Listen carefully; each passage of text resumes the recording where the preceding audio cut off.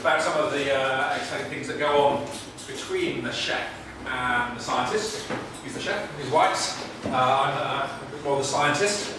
I think a really exciting area opening up in the kind of interface between gastronomy and psychophysics. Now it's kind of where the title of gastrophysics comes from. Also, the website you can go to see more about kitchen theory, which Jozef will tell you much more about in a moment. A kind of a new name, a scientific, maybe sounding name, but something to try and capture this interface of nice food and fun food and enjoyable food and sort of scientific approach. And the aim for me, at least in the book, was to try and shift the focus from what we've had of maybe 3 decades of science in the kitchen, in fine dining, from sort of brought in by Harold McGee's on food and cooking, thinking about the science of spumes and foams and rotovaps and anti-griddles and sous vide and all that. And you can love it or hate it, but it's really transformed the landscape in some way, a more systematic scientific approach to the way foods are prepared. But I think no one's really looking at the science at the front of the house of the person who is being served, who is doing the eating or the drinking. And that's kind of the hope here, that gastrophysics will start to bring in a more scientific approach to why we conceive food the way in which we do, and how foods can be designed in order to better stimulate the senses. And while we'll start out with kind of the high-end cuisine, such as that Jozef and his team prepare up in High Barnet, our hope is that that's really a great test bed for trying things out, seeing what works, and that some of the best ideas from the modernist kitchen can and already are in some cases being percolating down to the main street to help in the design of better hospital food, aeroplane food, school food, maybe even a course close to Jozef's heart.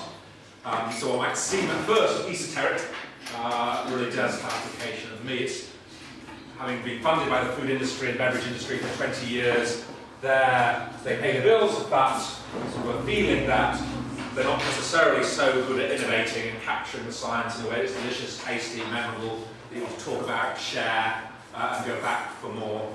And that is what's been a liberation for me to work with chefs like Jozef, who are able and interested in the science of the diner, the mind of the person doing the tasting, and take some of those ideas that catch Jozef's fancy and think about how to incorporate it into a tasty, delicious, memorable dish.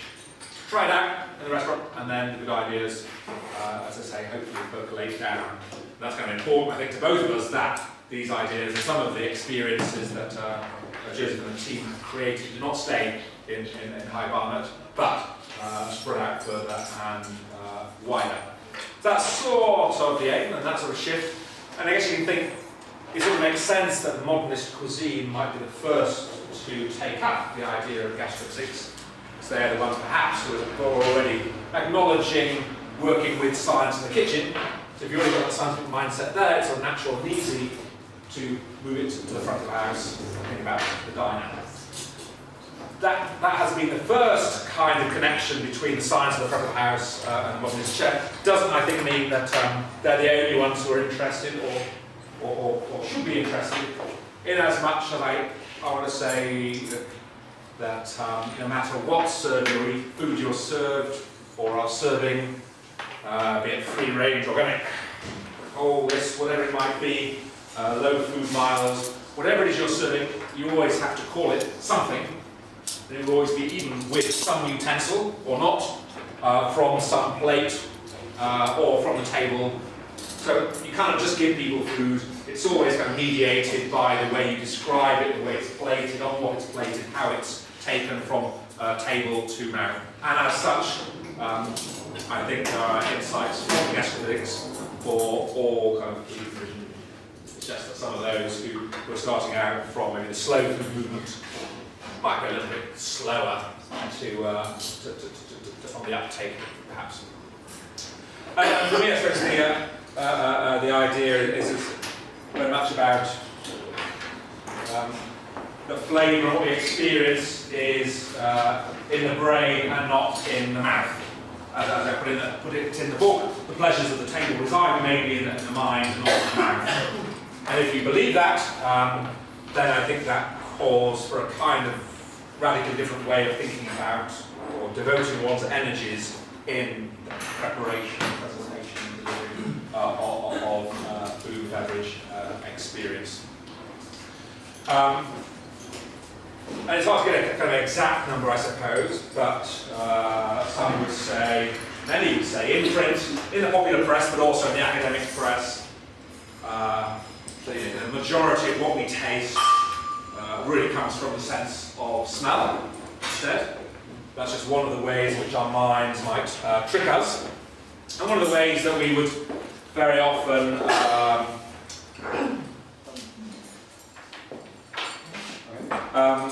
we sort of demonstrate in a very sort of simple manner to people. If you were to take a jelly bean, just to say, we cannot rely on how it seems to us when we experience taste, when our brains tell us, I'm tasting the food in my mouth. So you're going to take a jelly bean. Not yet.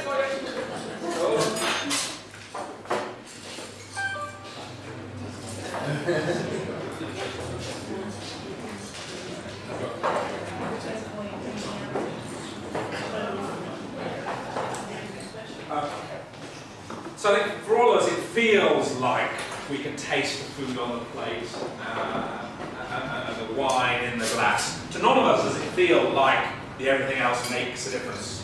The glass that we're drinking from, the table we're drinking off, the chair we're sitting in, the lighting, the environments in which we eat and drink, and any music that might be playing in the environments in which we find ourselves.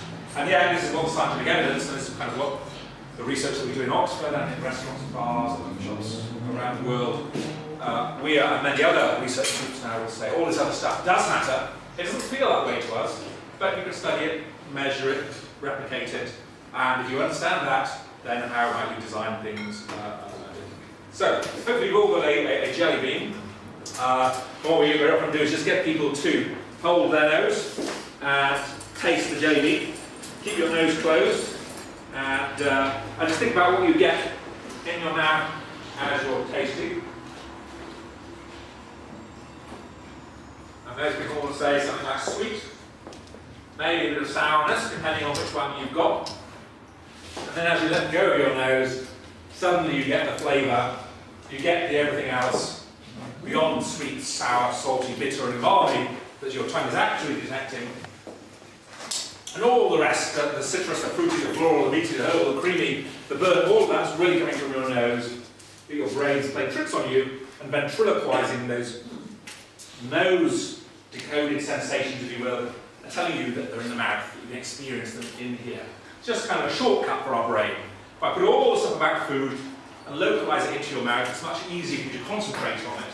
It's just one object with all those properties, even if those properties have come from your nose. And that is a little 75 to 95% coming from our nose. And we cannot just rely on how it feels to us.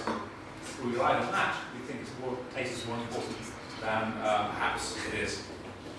The other part that maybe comes out from the sort of scientific side is sort of thinking about individual differences in tasting. That we are not all born into the same taste world. And as such, one might question, why is it that so often we're given the same food? We wouldn't, after all, want to all wear the same shoe size, so why are we given sort of the same food without any real consideration for the food worlds that we might live in? And to illustrate that, this is just another sort of easy test. It's been known about for a little over around a century now, kind of a super taste test. You can buy these strips over the internet, and just a useful way in which to sort of segment populations. That probably this strip divides people more than anything else you can give them. A strip coated in a chemical. What we encourage people to do is to put it on their tongues, not to swallow it, but just to let the saliva wash over your tongue. Think about what you experience.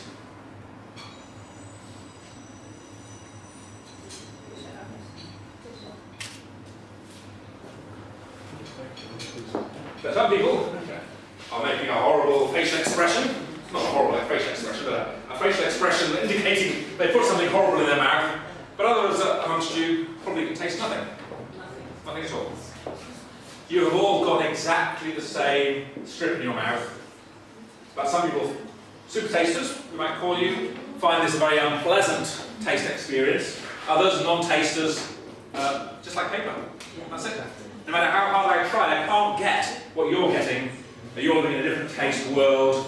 And a quarter of the population taste nothing, are non-tasters. A quarter of the population would be categorised to spit this thing out and taste like a crushed up aspirin. Very bitter and unpleasant. And half the population can taste something. It's bitter, but I could leave it here, it wouldn't really bother me too much. So population segmented that way. And if that's true, it'll go away. Yes?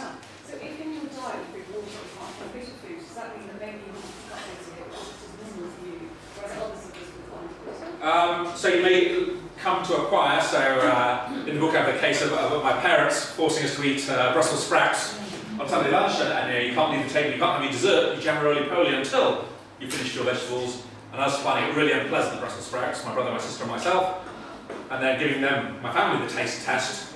And it turns out my mother, my brother, my sister, myself, and my nieces all have a strong response to this, but my father, he tastes paper. So when he was forcing us to eat this, what are you complaining about? Perhaps it was we were in different taste worlds even though we did not know it. I have a difficulty at all. My younger son, he can't have coriander. We thought it was messing around. Actually, truthfully, genetically, he can't have it. And that's important to understand. The food given to a person A, B, or C, genetically uneven, so it doesn't matter. Yeah, absolutely. So that's sort of soapy or citrusy. No, it's just that even if you put it, you really generally. Because value coriander, sorry, son, it's true. And it's getting more popular, I suppose. And what is the true taste of coriander, or the smell, or the flavour of it? Is it the soapy side? Or I guess there are a slightly greater percentage of the population who think of it as citrusy and herbal and nice, and slightly less finding it soapy. But for those who do, it's an unpleasant experience. They can avoid all those foods. Another example of these individual differences, and to the extent that they're true, why is it that we're sort of given the same sorts of foods? So this is not a particularly pleasant thing. You can't do much with this. You couldn't get people to pay for this experience. The question maybe is then how can the chef take some of these ideas around the importance of smell to the tasting experience, something that one would not necessarily have picked up from culinary school.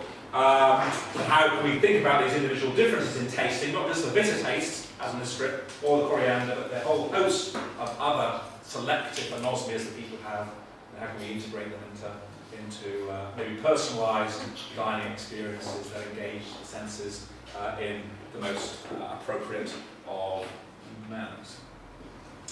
And I'll just hand over to Jozef with this slide, which is one of the dishes on the menu at Kitchen Theory, and one I think which you cannot understand or predict how people will respond to this dish simply by scientifically, chemically analysing the components. As a part of the story, it's important, but really, as I think Jozef will tell you now, it's as much about the mindset of the diner as their taste buds that determines quite how people respond. So good evening, ladies and gentlemen. My name is Jozef Youssef, and I'm the founder and chef patron of Kitchen Theory, as you know by now. So when it comes to a dish like this was kind of an evolution of an idea that we had had. The dish here is called Mrs. Randolph's Seaside Treat. Mrs. Randolph is an 1800s cookbook writer, and she is most notable for having had the first published recipe for oyster ice cream, served at the White House, no less. We tracked down the recipe and we tried it, and I can assure you, it was thoroughly disgusting. Eggs, sugar, oysters. Well, but we could see sense in this idea. We wanted to find a way of bringing the freshness of oysters and the freshness of an ice cream together in a savoury context. And we worked for about a year and a half trying to get all the egg out, which we did, and trying to get all the sugar out, which we did all the perceivable sugar, because we used maltodextrin and xanthan, and that allows you to get, because without sugar and egg, it's very hard to get that nice creamy kind of ice cream texture. And when you're taking ice cream slightly out of its context, you may be wanting to take the flavour out of its context, but you don't want to take that texture. So we tried this ice cream several times. And as we were developing the recipe, we tried it in a white bowl, kind of, it was just in the kitchen, and we were trying to get people to try it. Anyone who'd be willing, we'd try some oyster ice cream, and we would get them to try it. And we as chefs, we as maybe the creators of this ice cream, really appreciated it and thought we were bang on. We thought we were nailing this somehow. But the reaction that we were getting from people wasn't quite as excited. It was I see where you're going. And one of the kind of fundamental flaws we realised with what we were doing is we were trying to serve a white ice cream in a white bowl, and that was setting absolutely zero expectations for what they were about to get. And that almost disconfirmation of expectation in some way led to people not really enjoying it maybe as much as you would hope they would. So then we redesigned the dish and we brought it into this context here where we have this beautiful kind of porcelain shell. It helps that we have a projection map table, so we can have the sea shimmering under you as you're enjoying this oyster ice cream. We have the sounds of the seagulls and the ocean kind of going in the background, all very helpful. But what brings it together is the aroma of the sea, which we use plankton, and it covers a beautiful bed of dry ice over the table in a great dramatic sense. And what do you think people feel when they eat it? Delicious! Oh, what an experience! Either that, or it was interesting. But one thing that I appreciate about the work that we're doing here is starting to understand the context of how people really understand and relate to food, the associations and perceptions that they have with food. And I think as a chef, I met Professor Spence. Let me tell you a little bit about what we do. So I met Professor Spence about 7-8 years ago, and came to a talk very similar to this one, and was blown away by some of the ideas. It may not be rocket science, but it's a science that I think in some ways is a bit more important because it deals with something that's far more intimate to what we do on a day-to-day basis. And we know that dining and eating is one of the most multi-sensory activities that we engage in on a daily basis. Yes, as a chef, we're taught very much to understand flavor, seasonality, locality, and all these kind of elements are very, very important with how you become a chef. Understanding how to work in the kitchen, understanding how to develop menus, understanding how to appropriate new and interesting techniques that take your craft further. But what you don't learn about is designing menus, or designing dishes, or designing experiences that engage the people, directly try and engage the people who you're serving the dishes to. So this isn't about trying to use our understanding of how the senses work, not just kind of in isolation, but how they work together to manipulate people's senses in any way. Our goal is very much to use those learnings to enhance people's perception, to make them more, the key word for me is mindful of the experience of eating. Now, when a lot of people hear about multi-sensory dining, alarm bells go off and they think, ooh, kind of average food with a great show. And I feel the same way, and we do tread a very fine line between what is good science is going to genuinely bring something new to the dish and genuinely improve the multi-sensory flavor perception and the satiety that they derive from the dish. But what we don't want to do is be distracting people from the food. We want them very much engaged in that moment. And I say that to those that kind of doubt it in a way, we ask for 13 courses, we ask 10 diners to scrutinize our food with every one of their senses. And you don't really do that unless you feel you're giving them something that you think is tasty and delicious. So what we do is take these ideas from kind of multisensory research, understand them, combine these with the gastronomic kind of research and the culinary research that we do, and bring these together in weird and wonderful experiences that we design. As the Professor mentioned earlier, surely if we have an understanding of the associations, perceptions, expectations that people have when it comes to food, and overall the relationship that we have with food, surely there's scope there to think about how we design food experiences in general. And I don't just mean in fine dining, I mean in schools, hospital care homes, and so on, where there are people, I have a bit of an issue with schools. I take my 6-year-old school, and they'll say, yeah, you can't bring chocolates and fizzy drinks or anything like that. And I welcome this decision, but then I also expect that you don't feed them baked beans and fish fingers. So I have a bit of an issue with the way we're educating minds, but not really nourishing bodies at school, and this is why As of next month, we're working with 100 children up in a school in North London, looking at if we can get children through culinary and sensory play and education, if we can get these children to overcome food neophobia. In the pilot study that we did earlier last year, what was interesting is most children know what hummus is, but not a single one of them knew what a chickpea was.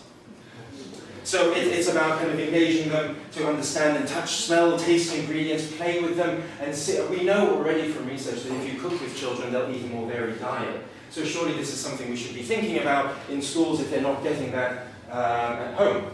So very quickly, I guess, my hope tonight with this evening is to give you an idea about kind of what it is we do and how we do it, but most of all, why we do what we do. Because I think, the what we do, you can read that on the website, the how we do it, come and experience it, the why. I think that's something that maybe tonight will give you a better understanding of. So very quickly, our work, because everyone says, well, yeah, you talk about all these different projects that you do, but what do you actually do on a day-to-day basis? So, it kind of splits down very easily into three parts. There's the academia and innovation, so there's the gastrophysics research, which is our main focus. This is our paradigm.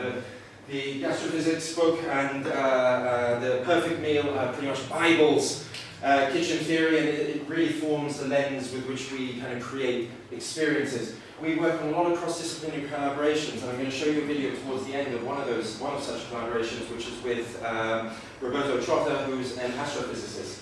And he's, the collaboration that we're working on is understanding how can we translate some of the ideas. When you talk about physics up in space, you're talking about time, temperature, pressure, mass, volume, and a lot of these kind of other elements that we deal with in the kitchen. And maybe through the medium of food that we all have a relationship and understanding with, we can bring some of these ideas to life. That's one of such collaborations. Project Gastronomia, which I hope I would see some of the faces here tonight in the crowd, because Project Gastronomia is a project, an initiative that was by the Basque Culinary Center in San Sebastian, and we're working with them now to bring Project Gastronomia over to London, and in April we will be hosting a open day, so we have one closed session of 10 experts who are coming together. Professor Spence, oh no, you're in Taiwan, aren't you now? So,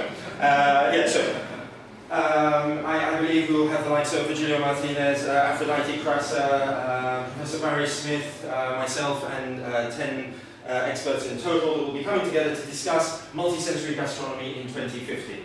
And the next day will be an open session for 70 people, and the idea will be the first third of the day will be kind of presentations and talking about some of the relevant ideas, how we can curb, how we're looking at gastronomy in 2050 in terms of nutrition, sustainability, what will restaurants look like, what will hospitality look like, and so on and so forth, and how can we address some of the issues that we have.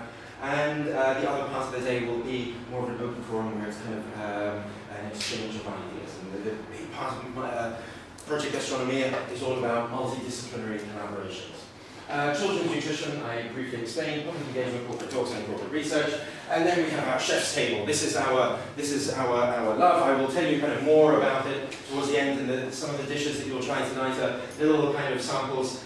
We cannot recreate what we do outside of our space. And I don't know if that's a good or a bad thing necessarily, but you kind of have to come and experience it to understand how it works. We have it with us, but nonetheless we wanted to give you some tasters of some of what we do at the chef's table that is based very, well, it's called the gastrophysics chef's table, so you can imagine it's based quite a bit on the science. This is where we do 10 diners, 13 courses. We open to the public at the end of every month, and kind of Friday, the last Friday, Saturday of every month. But most of what we do are kind of intimate family dinners, some corporate events, and so on and so forth. And then we have our consulting and experience design, and this is where we. So this is very much the innovation, the research, the innovation, and this is where we bring it together. And we work with brands like Shabazz, AEG, and so on and so forth. And we either design experiences for their, let's say for Hugo Boss, we designed their perfume, they had the scent for him and the scent for her, we designed their kind of press launches and influencer events and the like.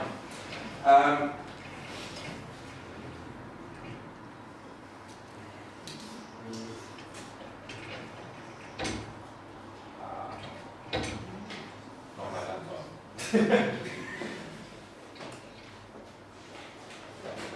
Sorry.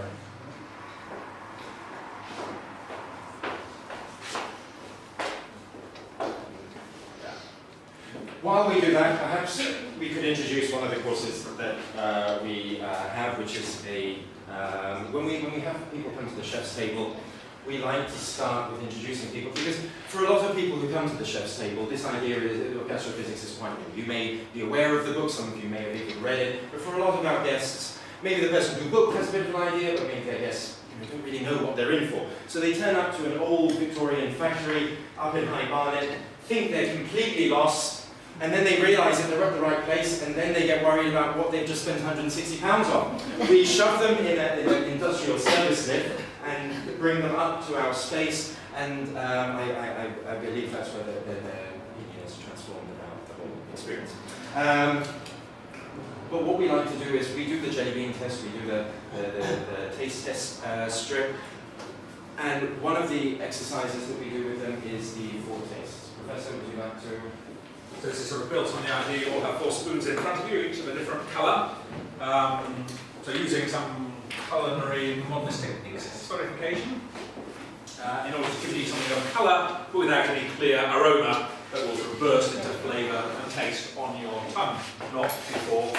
And this is a dish that's sort of gone between the scientific research and restaurant and back, online and back.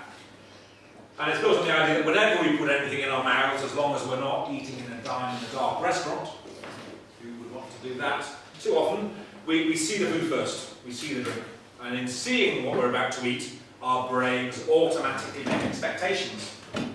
What do you think you're going to get? Will they all taste the same? Well, firstly, no. Are they going to taste different? And what might those 4 spoons taste like? Will you use colour, in this case, in order to make a judgment call? In this case, there are 4 spoons, called the 4 tastes, each one designed to embody clearly one of the 4, sweet, sour, bitter, and salty, but also hopefully be nice to taste. So it's kind of a challenge there already for the chef. I can give you just sugar and water, and that'd be sweet. You know it was sweet, but it wouldn't be very tasty. So how do you find something that's distinctively of a taste, and yet is hopefully tasty at the same time? What's the colour influence on the choice of the customer? If you put colours of food colour, Yeah. what would the customer would be, what we put here? Yeah. What's the worst colour that the customer would use? If you read some people, they might say blue. Okay. You might say red, but things are changing, so there's 2 things. One about how do you capture people's attention. So do I order from the menu and then it arrives, or do I see it up there on the shelf? In which case, if I'm trying to capture your attention on the shelf, I might do that through colours that might not be the ones that necessarily are the most desirable. Blue, why blue? Boldness Or off meats, for example.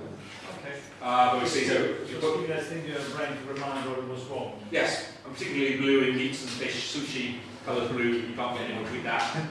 But Gatorade blue works very well, and the GIK, the Spanish wine is now blue white wine, and Italians got a blue sparkling wine as well, so it has its place. So it's sort of hard, what's this to say, it's always colour in context. But I think, one thing we haven't sort of pursued yet, but is if you ask people about paintings, there's the whole literature in psychology about people's preferred colours. It's blues and greens of the savannah, it's the colour of your calendar. But if blues are not the colour you prefer on a plate. So all that literature telling us that blue is the preferred colour for people is kind of food independent. And maybe the answer changes quite a lot, and potentially some interesting ways when it comes to the plate. In this case, there's nothing blue, so nothing to worry about just yet. This is sort of built on the research that whenever we see food, we set expectations, and some of those expectations come from colour. And there are 300 published studies since the 1936 around the colour of the foods, of margarines, of yogurts, of sweets, of cakes, of drinks. And those colours set expectations. And we believe that colours are associated with tastes, and also with flavours. So this is going to come to the diners at the chef's table, the 4 tastes, and Lulu would bring these dishes out to the street, put them in front of the diners, and say this is the 4 tastes. The chef recommends you start with the the salty spoon, then have the bitter spoon, then try the sour spoon, and then, of course, on a sweet note. And off she goes, and diners are sort of left going, but you didn't tell me which spoon is which. And that is the point of the dish, sort of built on the science that says there are these systematic associations between colour and taste. We can measure them on the internet, and then we have real diners rearranging their spoons, as I'd encourage you to do now, putting what you think is salty on your left, then bitter, then sour, and then on your right, sweet. But if you don't teach us, what's the point? No. There is no right. No. What I really like. No. What I really like about doing this, and this is why we kind of open at the chef's table with something like this, is because, as I said, it's not about manipulation. What we are interested in is just your genuine. Go with that then. No. So we have salty from your left. You have salty, bitter, sour, sweet. We think of ending on a sweet note. So salty, bitter, sour, sweet. From the left to right, salty, bitter, sour, sweet. Now, and unfortunately, there are no right answers because tastes do not have colours, colours do not literally have tastes. And yet, there is a consensual answer. People might tend to agree on these sort of questions.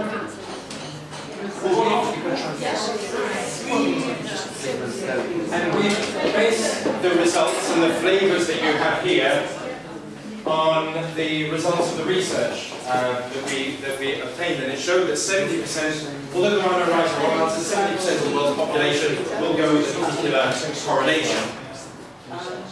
So, shall I talk you through these? Because, so, 70% of people, are we happy with our choices? Yes. Salty, bitter, sour, sweet. Yeah. Good. So, 70% of the world's population see, and let's almost kind of have a show of hands for this perhaps. 70% of the world's population will go with white for being salty. Quick show of hands. Okay. The second most popular was black.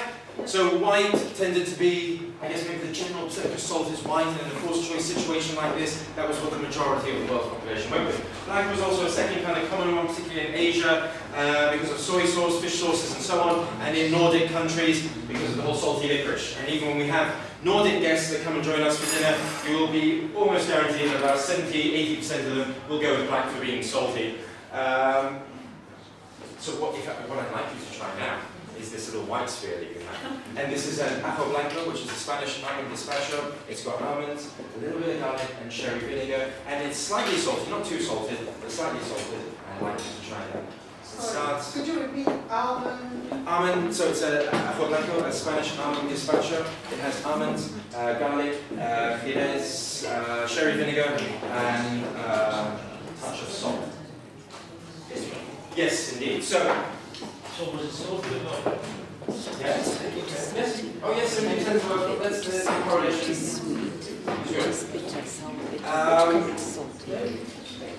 So one thing that I should address as I'm sitting in the guild, as I'm addressing the guild of food writers, is a lot of people when I even myself when I put this on the dish, I thought, do I want patient? It's one of those techniques which I've had. And I think you have this dilemma about, is it kind of a bit of an overused technique somehow? Or is it something as a technique that, although maybe familiar to people who work in the industry, is actually quite unusual? So about 90% or 95% of the people who join us who've never actually tried a sphere. So I should have, I kind of trusted I was in company who may have tried a sphere, but yeah, they will pop in your mouth, so I should have explained that. 70% of the world's population will go with a blackish brown for being bitter. Perhaps that's because a lot of people wake up in the morning and have a cup of coffee, or if you think of tea, if you think of dark chocolate, if you think of burnt charlotte foods that have a bit of bitterness to them. We find that with kind of dark brown, black, and what you have here is a whole new way of enjoying your coffee. So please try your dark brown sphere.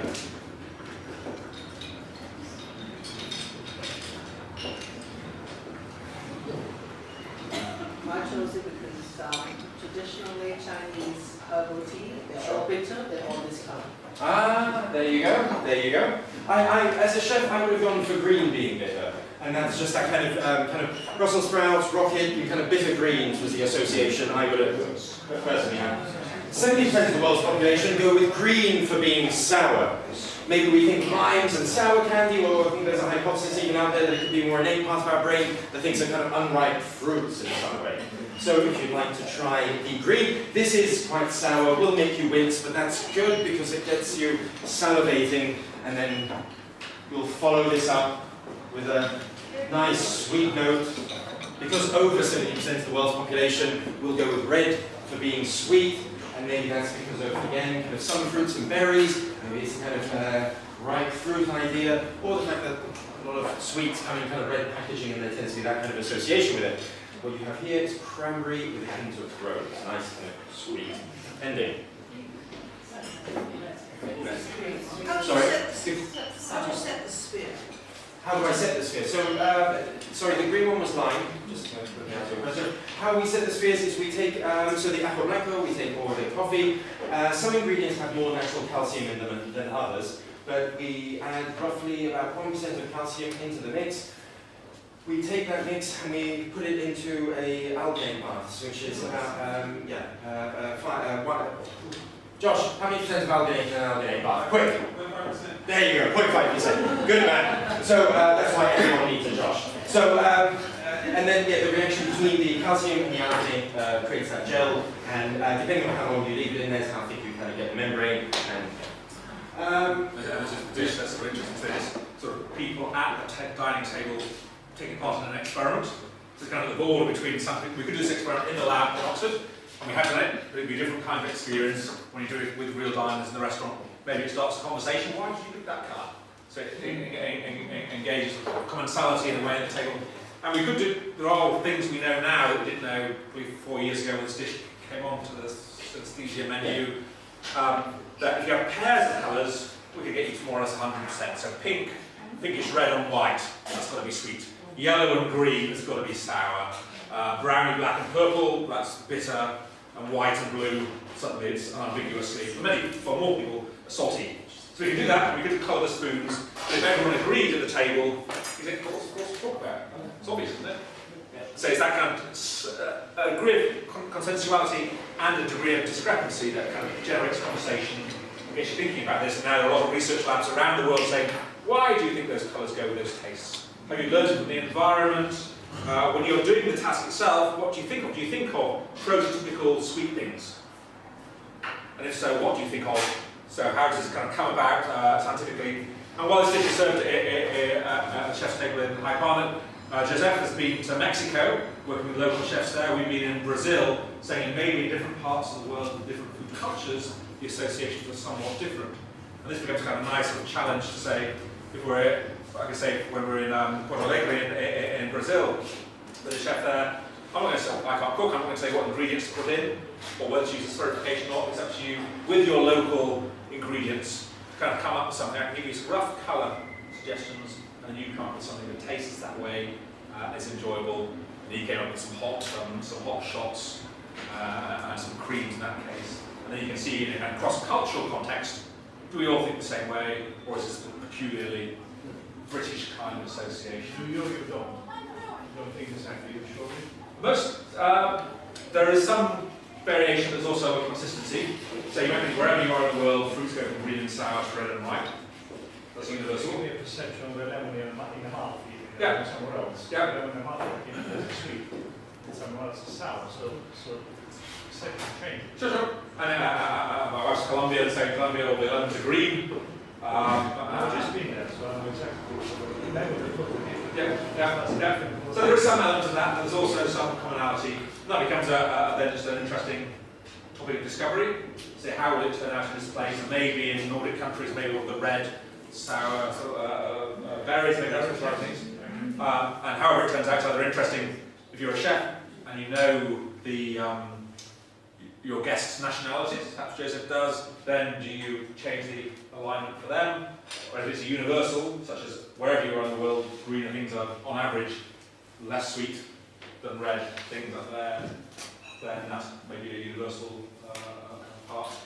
But it sort of creates a discussion and illustrates the point that what we see does set expectations unavoidably, and within a blink of an eye our brain sees a food and hundredths of a second later it's decided what it is, probably what it tastes like, do you like it, is it good for you, how much fat is in there. That's what our brains are kind of evolved for. They can process food images perhaps better and faster than anything else. And that's always all going on before you taste, but those expectations that your mind generated in the blink of an eye, you can't turn them off, you can't avoid them, they are there, conscious or not.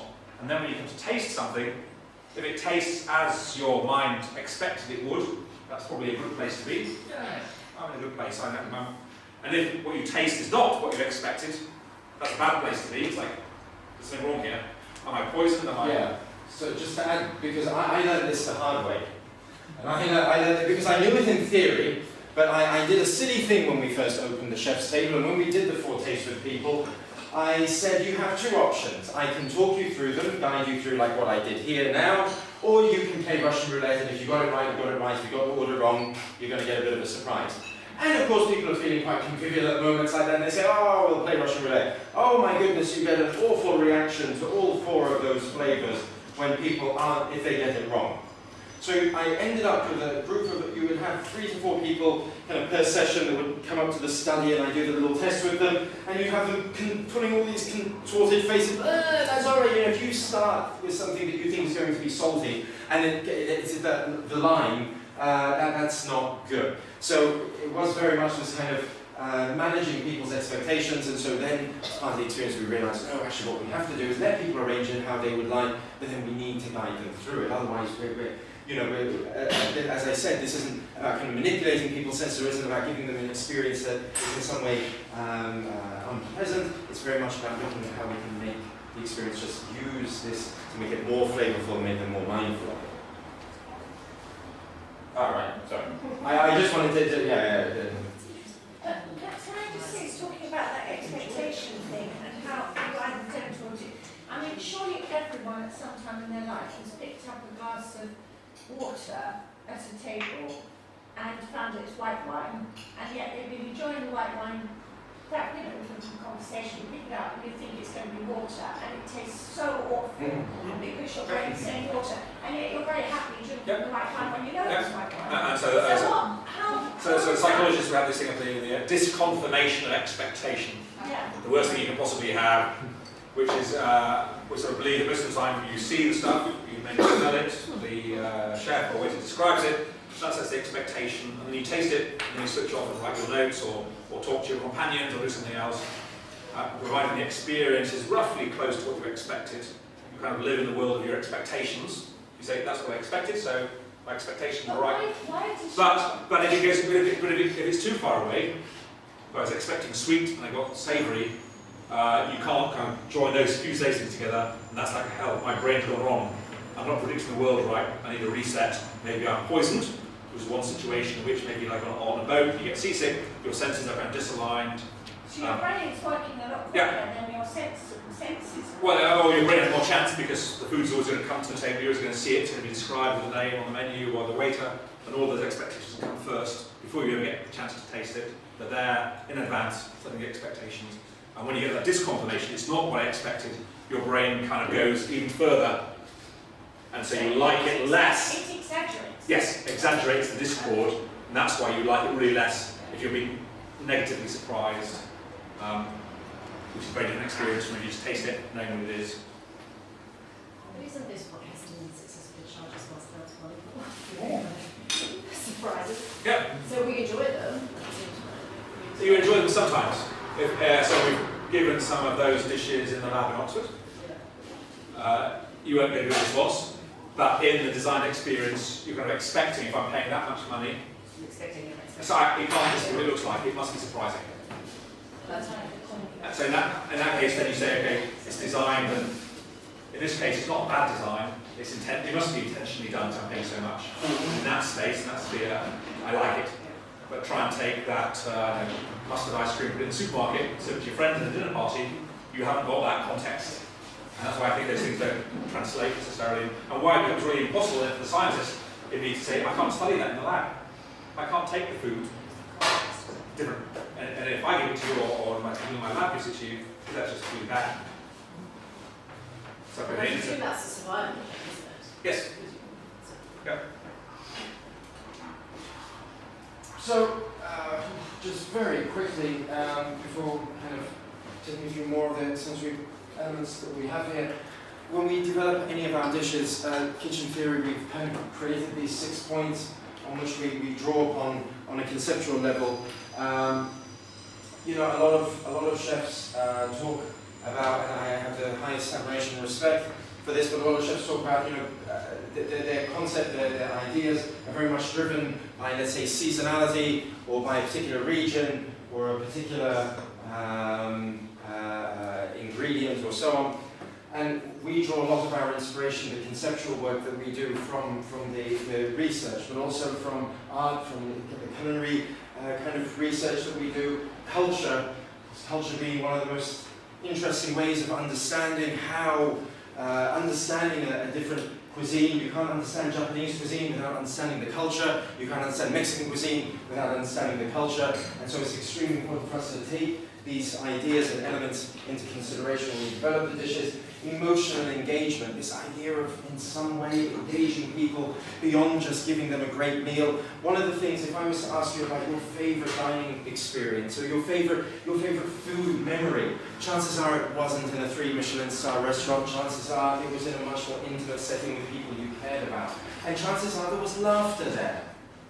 But when we design experiences as chefs, do we think of laughter as being an element that we want to bring to the table? Yes, chefs are starting to think about this, but surely we should think about it in a broader context as well, how we can engage people emotionally. And when I say, you know, this kind of idea of taking people on a journey, I think everyone talks about this journey, but maybe not just a journey of flavour and taste, but also kind of an emotional engagement that takes them through an experience, that really immerses them, not just immerses them with projection mapping and headphones, but immerses them as a person, engages them in some way. Storytelling is extremely important. I mean, some chefs do it in the form of telling you where the meat comes from, what farm it comes from, what the name of the cow was, what it had for its last meal. We tell other stories. Some of the stories are about the ingredients, but some of the stories come from other kind of inspirations, from culture maybe, from the world of art, let's say. And then we have the sensory science, and of course, as I said, that is a kind of guiding principle for how we develop a lot of these concepts. And what it allows for is we've done dishes like the 4 tastes. I've done the 4 tastes in South America, I've done the 4 tastes in various countries in Europe.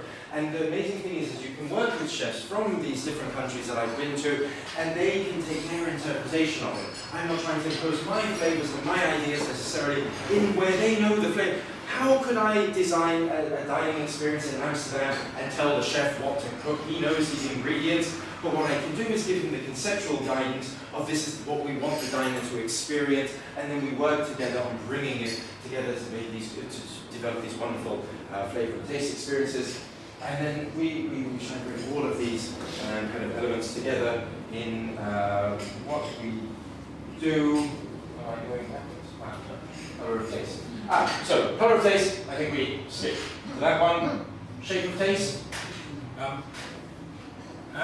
This notion that what we see sets expectations of taste. The easiest way is through colour, through the ripening of fruits and so on. That statistical regularity in the environment that we internalise when we see any new food item. But what's also true is that tastes have shapes. They have sounds, and they have pitch, and they have instruments.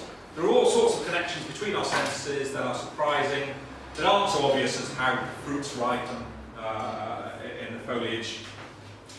And this is kind of a nice example for us of work from Jialing Den, who was a student in London, a kind of design student who came and experienced the 4 tastes, and who experienced the fact that people will associate sweetness with roundness, not angular, whereas bitter tastes are more angular.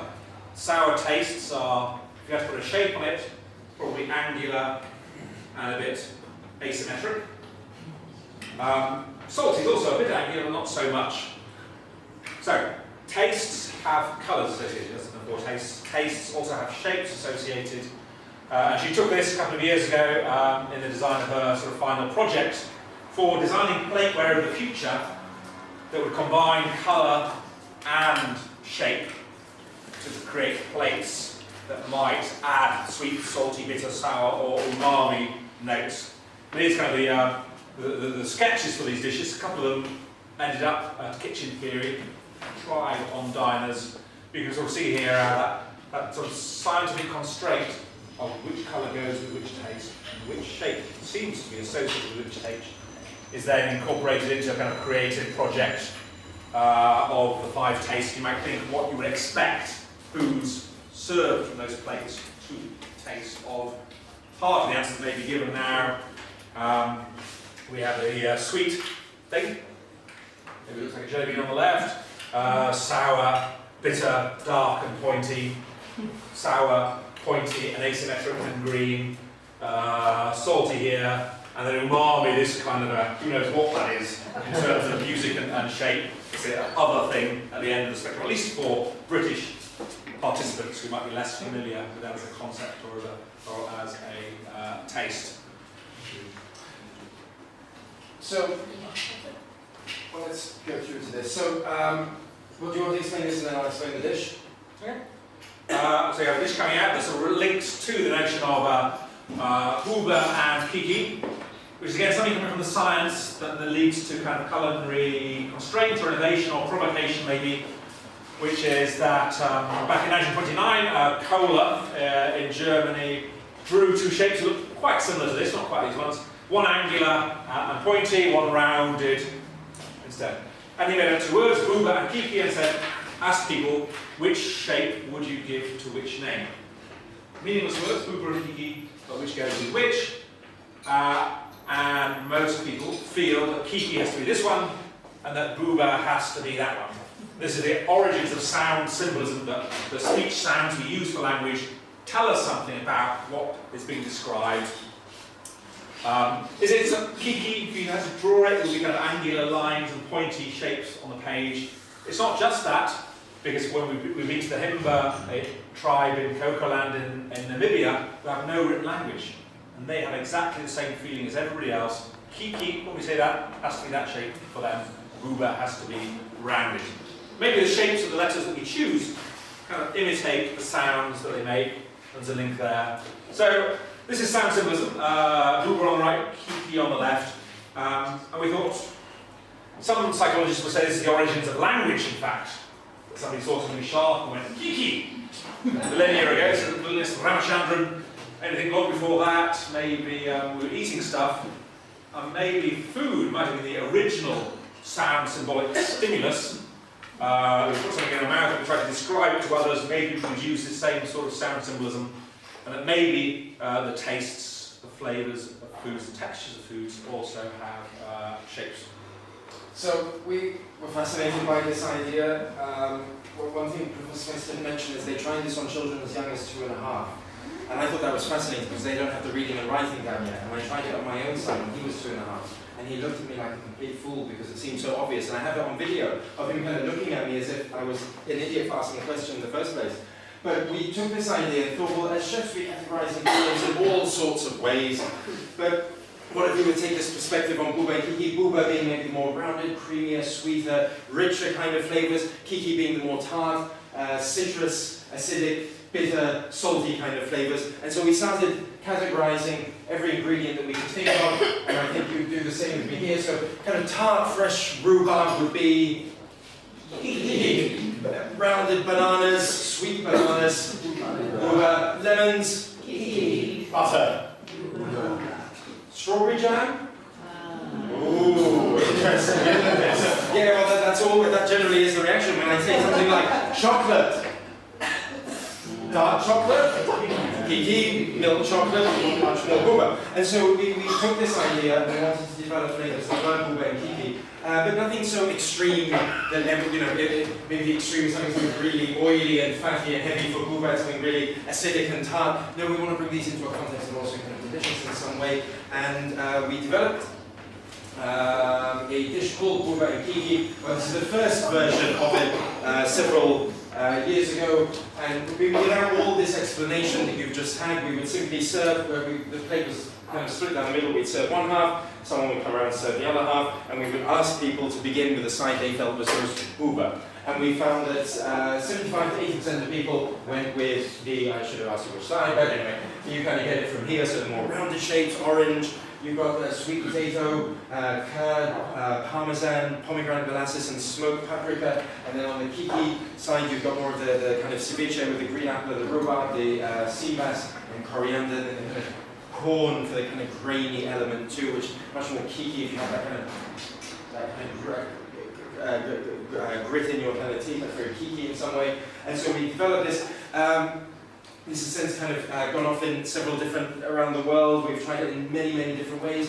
And what we've done now is created two little kind of tasters that again go along this theme. So you have them in front of you. I'd like you to smell them, touch them, taste them, do whatever you feel is necessary, and beginning with the side you feel to be most uber.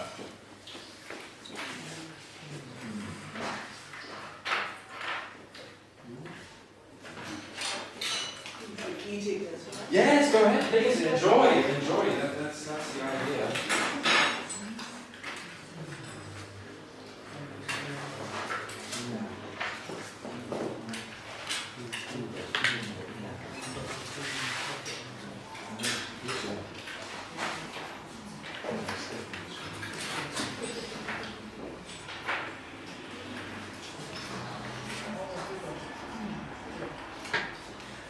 As Professor Spence mentioned, I think one of the things that we love about when we do our chef's table, the table is literally kind of the same distance from where my guys are now, and we cook and we interact with the guests in very much this way.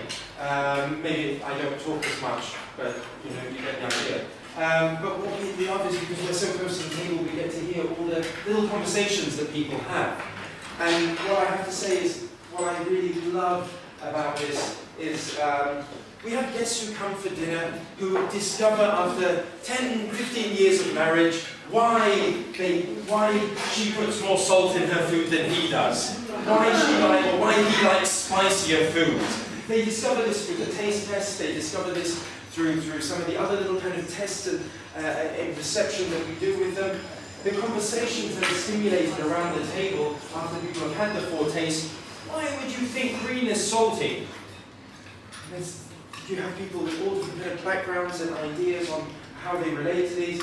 And when we bring people to our chef's table, we want them to be thinking about gastronomy. We want food on the mind. We want them to be engaged and immersed. When we call it an immersive experience, I don't mean immersive in the sense that we've got headphones and projection mapping for every single course. That would be ridiculous. The odd spot of dry ice, yes, adds to a bit of theatrics, I admit to that. Headphones, yes, and immerse you in some way. But essentially one of the most important, and I talked about this, and I asked you what your favourite memory of dining was, it was about the company that you were in. And what we really see our chef's table about is about creating a unique kind of an immersive experience that gets people around the table. You can have 10 strangers around the table. By the end of the experience, they know each other well. There's a kind of bond of the experience or the journey that they've been through. So, Booba was, should we go with shape of can? So we got a round can and oval can. So we'll say round can was Booba. Yeah. And again, that kind of caramelized onion, the sweetness, the roundness, you get with that, and then the kiki, slightly more. Sorry? Sorry, can I just ask what the spice was in there? Ras and Hanout. Ras and Hanout, yeah. Actually, normally at our chef's table we serve this as a braised piece of ox cheek, and we didn't hear, because I didn't know what kind of kitchen we were walking into, so I thought, and I like the case. Some club. No, not an experimental kitchen. I don't think I say it all, do I? Yeah. So, we eat first with our eyes. So there's obviously simple elements of the dish, the colour and the shape, the hoover and the kiki, as it were, of the plate. But beyond that, I guess, that's the kind of stuff that the scientists do in the labs, changing the colour of drinks and seeing what people expect and whether it does in fact change the taste. We spend all our time just using drinks because they're easier to study, whereas the idea of changing the colour of a cake It's equally interesting, but as scientists we kind of can't do it so easily. So we go with the drinks where you can add the kind of the powdered flavour, the powdered colour, trying to understand the principles behind it. But in sort of talking to Jozef, then in fact he said, well, I can't serve something like that in my menu. It's got to have more wow, more appeal. And when you come in contact with, probably conflict, come up against dishes that could work well in the restaurant, suddenly there's far more in terms of the visual presentation than just colour or turbidity of something that you're tasting.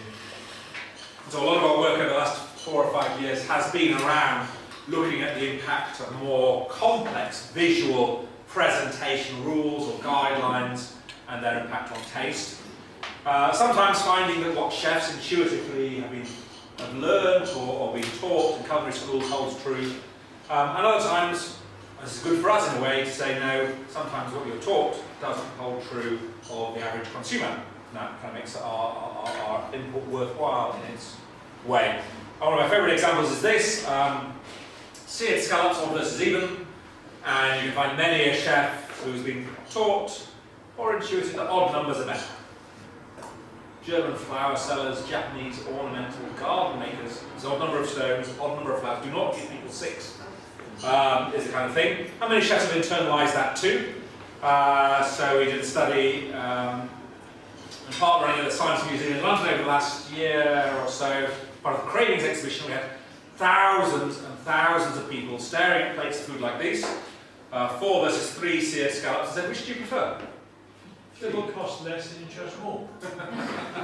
So, in theory, but it turns out your brain is kind of crude and primitive in this way. It cares about which has more food.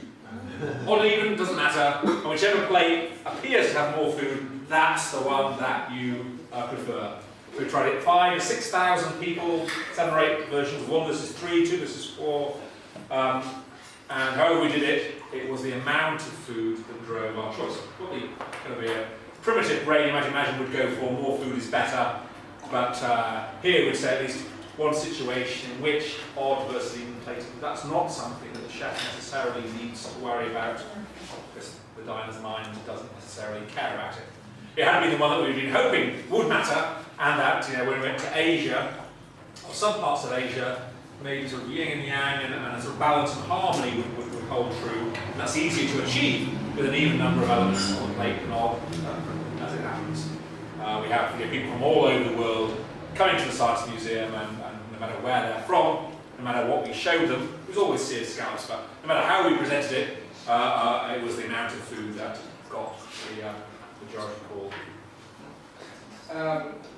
Another idea when it comes to, so we developed this dish a few years ago for a concept that we had called Natura, and it was about Nordic cuisine, not so much reinterpreting Nordic cuisine as much as understanding the new Nordic cuisine. I read a bit of research by an academic from Norway, and he argued that the English language should be a Nordic language. He had some kind of argument that he put forward for that. And it got me thinking, wouldn't it be interesting had the UK ended up as being, kind of given the history of the UK, had we ended up being a Nordic country? Would we have been part of the New Nordic Manifesto? And if so, how would British food have looked like? And anyway, we kind of used this, but when we were plating the dish, we were kind of sitting there thinking, well, this is called the taste of nature. And we were kind of sitting there interested in how we should present it, because this was in about 2014. For many of you who are on things like Instagram will know that kind of around 2000, between 12 and 15, most chefs started kind of wasting half a plate and throwing it all on one half and calling it asymmetric plating, which was actually the inspiration for the Google dish, why we split it in half, because we thought, well, if you're going to use half a dish, we should only do it. Anyway, but the interesting thing is why it's amazing to be able to work with someone like Professor Spence is because if you have a question about the plating, so we designed it in... Just that one. Can you tell from this image whether Jozef is left or right-handed?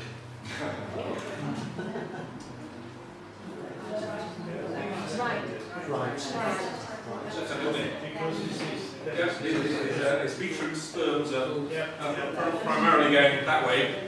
So if you're a right-handed diner, Left-handed not to be trusted. I don't know. This is just open, but when I see some of Jozef's more artistic plating, I kind of get a sense I couldn't do that, my hand wouldn't go that way.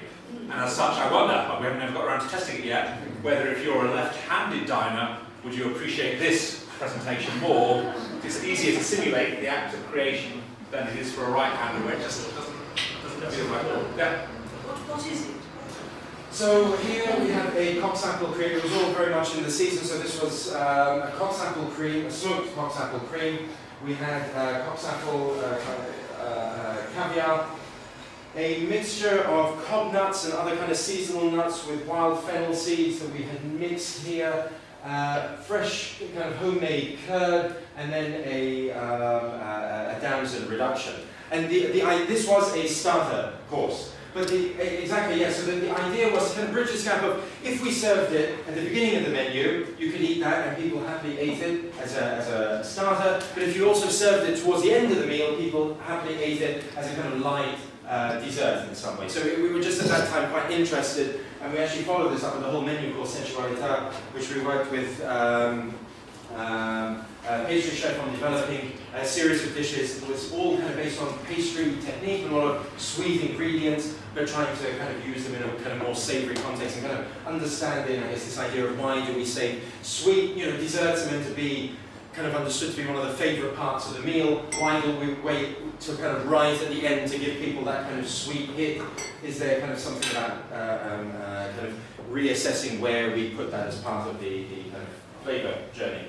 So we had a question about, this was kind of central plating, we were quite happy with it, but we did see this kind of very cool, Instagrammable half a plate thing, and we became tempted by the dark side, so we tried it out. Let's just go straight to restart. I'll restart. I believe so.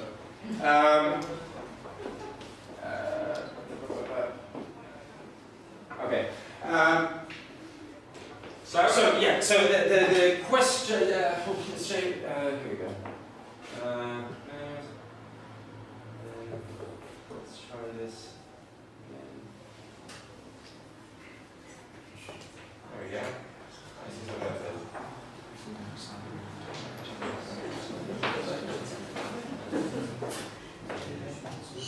There we go.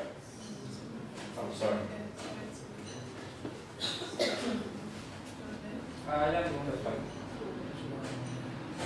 Thank you.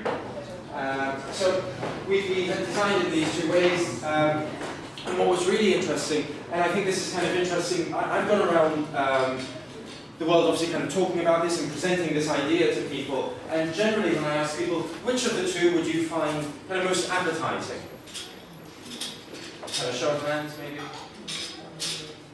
And then okay, so more of a majority was that kind of central plating, and everywhere I go in the world it's exactly the same. And when we did this online, it was exactly.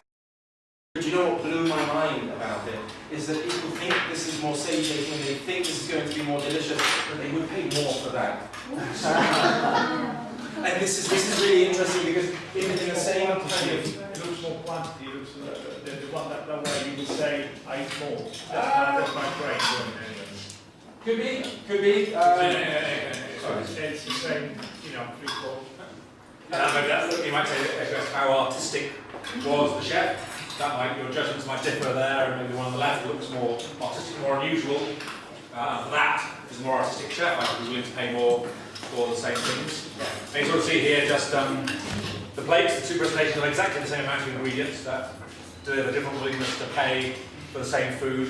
And then each dot on the end of the circle here is kind of the preferred orientation. So these plates were put online as Jozef created them, and people around the world would get 6 cents. We say, imagine you're going to Jozef's restaurant tonight, you see this plate spinning in front of you, how would you like it plated? In terms of orientation, at least.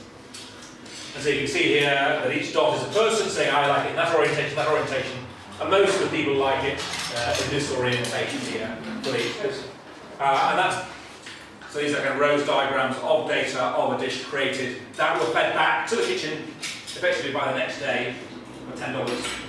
So the chef has intuitions about what he thinks looks best, but if you can put it online, get the data back in almost real time, the next day's service, and very cheaply. It's kind of exciting thing for us. It's not constraining the chef's creativity, just providing some insights. If this is going to become your most Instagram dish, wouldn't you want to know that you placed it right and created the right expectations?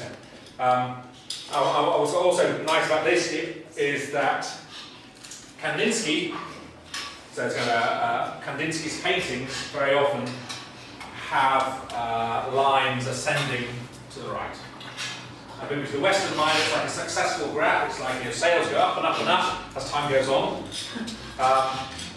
That's true in painting, I think. It's certainly true in Kandinsky's paintings that there's a predominance of ascending to the right lines. And to the extent that plating is like painting, the same rules apply, except in the blue sunshine and blue food thing.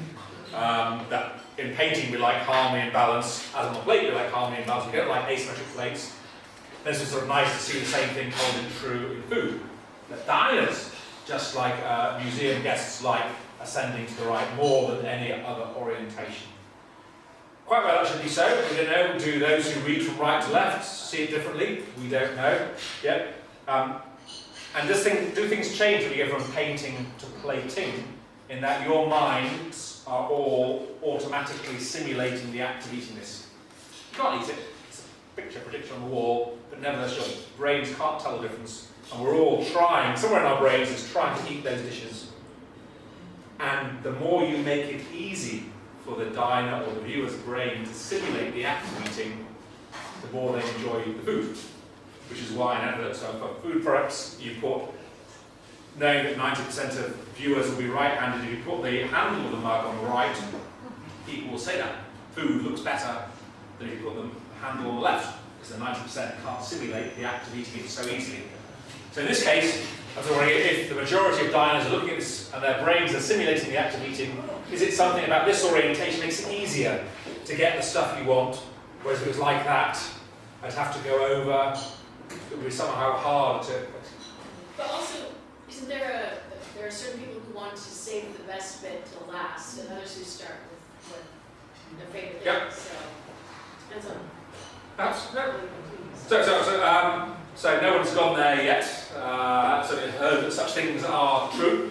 And I get into the individual differences again. How maybe I could find, if I googled you online, I could find out about you, what you preferred, and then how you might incorporate that into the plating and either draw your attention to it or not. But that, whatever mindset you have, there's a certain kind of plating that will work better for you. It's going to be, and on average, the favourite bit there, first or last. Yeah. On average, we can say across, I don't know how many dots are here, 200 and something, probably dots. But at a population level, this is the preferred one. And that kind of thing, is this the way in which painting and plating are different? Because whenever I see food, I want to eat it, my brain wants to eat it, my primitive brain wants to eat it. And that's not true of a painting. But then where does a still life painting of food sit? Is my brain trying to simulate the act of eating it, or is it treating it as a painting? And that distinction could be key in a way. We know quite what to do the experiment or to do the study in the art gallery, eating the food, plated as a painting to the wall, what the still lifes are, to see whether... So, smell and flavour, which I think we kind of talked about. What's interesting, I guess when you take ingredients like the ones we have up here, if I was talking about sweet, sour, salty, bitter, and I was to ask you cinnamon tastes of cinnamon, sweet, coffee, bitter, vanilla. But in fact, quite disappointed, Guild of Food Writers, we all know any stick of cinnamon, if you bite into it, is bitter. It's vanilla, bitter, but it's the association that we have with those aromas that conjure up that impression of sweetness in some way. And that's interesting because, again, thinking beyond, one thing that we didn't mention when we were talking about the kind of colour and taste association, one very interesting part about that that I'd like to just kind of track a little bit and highlight is, let's say red we see as being sweet, and we say the majority of people see red as being sweet. Again, kind of an associative kind of connection that we have. Now, Professor Spence and the Elysee Foundation had done some research that I thought was absolutely fascinating, which is they put a red mousse, an identical red mousse on a white plate and a black plate, and they found that the people identified the mousse on the white plate as being 12% sweeter. And that's really interesting. That's great maybe for me as a chef designing a dining experience. But if we took ideas like that and we thought about how we design children's foods, or we thought about how we design school meals, or we thought about how we incorporate some of these learnings. So I'm not saying that you could have a plain yogurt, colour it red, and have children find the same satiety that they would from a sweetened yogurt, but maybe we could reduce the amount of sugar by 10% and reflect it in how we present it by enhancing some of the other kind of sensory elements of it.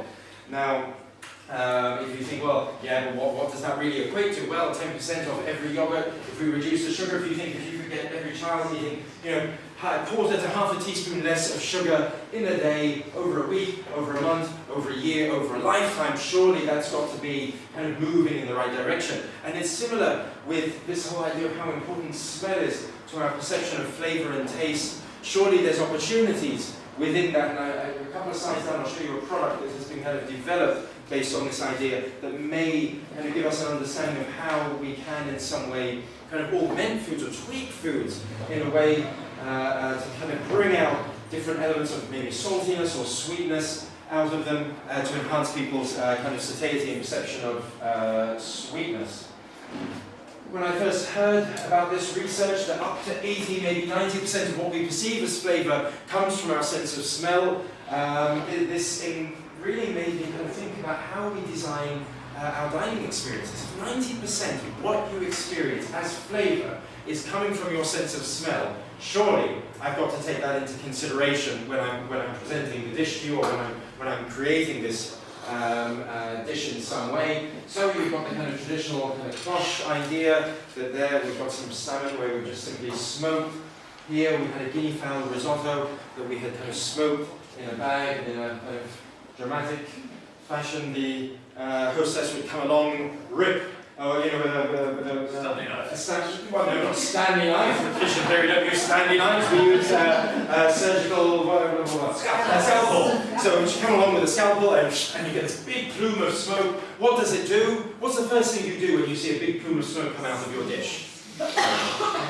You take it in, you smell, and what that does is beyond just give flavour to the dish, what we found is this mindfully gets you to engage your sense of smell. Same like when I talked about the oyster ice cream, the bed of kind of dry ice, or the blanket of dry ice that coats the table. What do people do?